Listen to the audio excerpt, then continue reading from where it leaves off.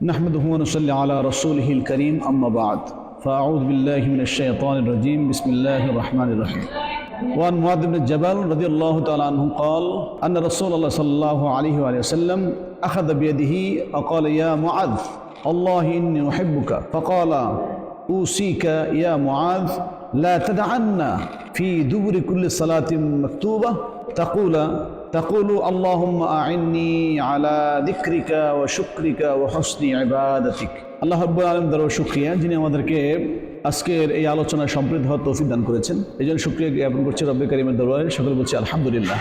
আল্লাহ পাক হাবিব সাল্লাল্লাহু আলাইহি ওয়াসাল্লাম জল্লে কদর সাহাবী, তার নাম হচ্ছে মুআয ইবনে জাবাল রাদিয়াল্লাহু তাআলা আনহু।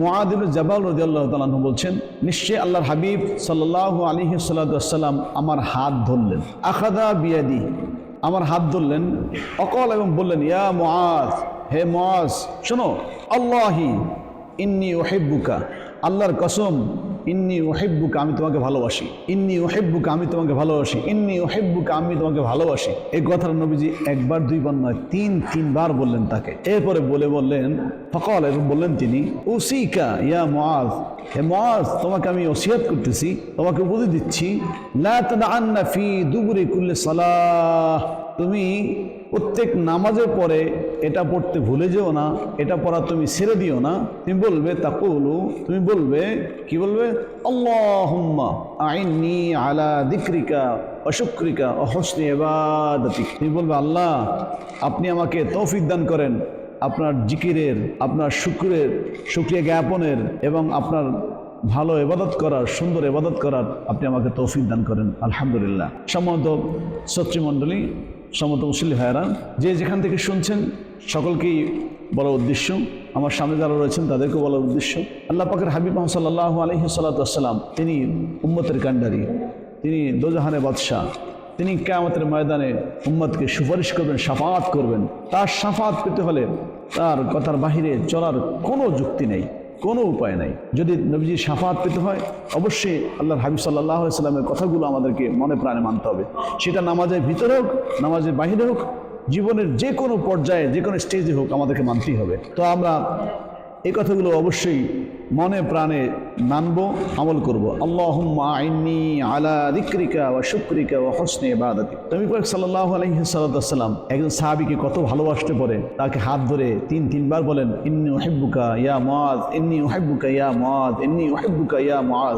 যদি আমরা প্রত্যেক নামাজের পরে এই দোয়াটা সালাম ফিরে বলি, কমাস কম আপনি 3 বার বলতে পারেন, যত বেশি বলবেন ততই বেশি উপকার হবে। তাহলে কি হবে, মুআয রাদিয়াল্লাহু তাআলা আনহু নবীর ভালোবাসা যেমন পেয়েছিলেন, আমরাও এই দোয়া পড়ার কারণে আল্লাহ পাকের হাবিব সাল্লাল্লাহু আলাইহি ওয়াসাল্লাম ভালোবাসা পাবো। বন্ধুরা আমার, আরেকটু আপনাদেরকে বলতে চাই যে আল্লাহ রাব্বুল আলামিন কোরআন নাজিল করেছেন মানবতার কল্যাণে। এই কোরআনুল কারীম যত বেশি করে তেলাওয়াত করা যাবে তত বেশি এই কোরআনের নূর বান্দার কলিজার মধ্যে ঢুকবে। আমরা কিতাব ঘাটলে অসংখ্য হাদিস আমাদের চোখের সামনে ধরা পড়ে। একটা হাদিস শুনে আমি অত্যন্ত আশ্চর্য হয়েছি। আল্লাহ পাকের হাবিব সাল্লাল্লাহু আলাইহি ওয়াসাল্লাম একজন সাহাবী, তিনি রাতের বেলা একজন সাহাবীকে শুনলেন যে নামাজের মধ্যে তিনি বারংবার সূরা ইখলাস তেলাওয়াত করছেন আর নামাজ পড়ছেন। তো ওই সাহাবী সকালবেলা আল্লাহ পাকের রাসূলের কাছে আসলেন, ইয়া রাসূলুল্লাহি ইয়া হাবিবাল্লাহ, আমি একজন লোককে শুনলাম নামাজের মধ্যে শুধু বারবার সূরা ইখলাস তেলাওয়াত করছে, কারণটা কি? এই লোকটি বলার সময় সূরা ইখলাসকে একটু ছোট মনে করলো অথবা একটু খাটো মনে করে সে এটা নবীজির কাছে বললেন। তো আমরা হাদিস থেকে এটার পুরোটা জানতে পারি এভাবে। হাদিসের রাবি হচ্ছেন আবু সাঈদ খুদরি।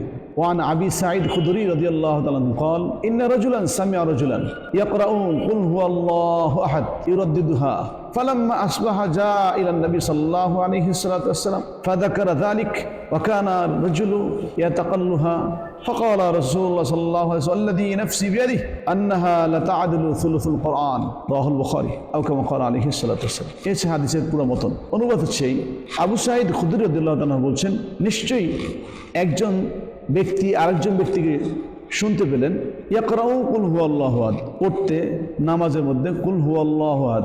কিভাবে পড়তে শুনলেন? ইউরাদ্দিদুহা, বারংবার পড়তে শুনলেন। শোনার পর তিনি কি করলেন? ফালাম্মা আসবাহা, যখন সকাল হয়ে গেল, যা আইলান নবী সাল্লাল্লাহু আলাইহি ওয়াসাল্লাম, লোকটা নবীজির কাছে আসতেন, মানে সাহাবী চলে আসতেন। আসার পরে কি করলেন, ফাদাকারা আলিকা আলাহ, ওই লোকটা এসে নবীজির কাছে উল্লেখ করলো যে আমি অমুক ব্যক্তিকে সারা রাত ধরে সূরা ইখলাস পড়তে শুনেছি নামাজের মধ্যে। ওয়াকানার রাজুলু ইয়াতাকাল্লুহা, এই লোকটি বলার সময় এমনভাবে বলছিল মনে হয় সূরা ইখলাসকে সে ছোট করে অথবা গুরুত্বহীনভাবে সে মনে করলো।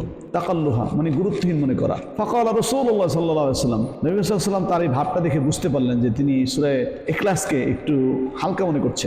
নবীজি বললেন, আল্লাযী নাফসি বিয়াদিহি আন্নাহা লা তা'দিলু সুলুসুল কোরআন, তুমি সূরা ফাতিহাকে, সূরা ইখলাসকে, তুমি সূরা ইখলাসকে যত ছোটই মনে করো, যত হালকাই মনে করো, তুমি জানো না, আল্লাহর কসম করে বলছি যে আল্লাহর হাতে আমার প্রাণ রয়েছে, সে আল্লাহর কসম করে বলছি সূরা ইখলাস এমন একটি সূরা, সূরা ইখলাস এমন একটি সূরা যেটা তেলাওয়াত করলে কোরআনের কারিমের 3 ভাগের 1 ভাগ তেলাওয়াত করা হয়। সুবহানাল্লাহ। অনেকে আবার এটা একটু টিস্কারি মস্কারি ইস্কারি করে যে সূরা ইখলাসের মধ্যে এমন কি রয়েছে যেটা 3 বার তেলাওয়াত করলে 1 খতম কোরআনের সওয়াব পাওয়া যায়। এটা মোল্লা মুর্শিদ মনে একটু বাড়িয়ে বলে। না না, আল্লাহ রাব্বিল কাবা, আল্লাহর কসম করে বলছি, আমি নবীজির সঙ্গে সুর নিয়ে বলছি, নবীজি যখন বলছে আল্লাযী নাফসি বিয়াদিহি, আমি সে আল্লাহর কসম করে বলছি যে আল্লাহর হাতে আমার প্রাণ রয়েছে, নিশ্চয়ই আন্নাহা লা তা'দিলু সুলুসুল কোরআন, রাওয়াহুল বুখারী, বুখারী শরীফের রাওয়াত এটা, যে নিশ্চয়ই সূরা ইখলাস একবার তেলাওয়াত করলে সুলুসুল কোরআন,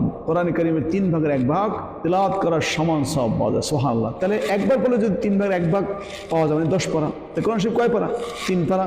অবশ্যই তাহলে আমরা 3 বার পড়লে 30 পারা কোরআনুল কারীম তেলাওয়াত করার সওয়াব পাবো। সুবহানাল্লাহ। এরকম কোরআনের প্রত্যেকটি সূরার প্রত্যেকটি আয়াতের আলাদা আলাদা ফজিলত রয়েছে। আল্লাহ রাব্বুল আলামিন পুরো কোরআনুল কারীমের সমস্ত ফজিলত আমাদেরকে অর্জন করার তৌফিক দান করেন। আখির দাওয়ানা আলহামদুলিল্লাহি রাব্বিল আলামিন। আসসালামু আলাইকুম ওয়া রাহমাতুল্লাহ।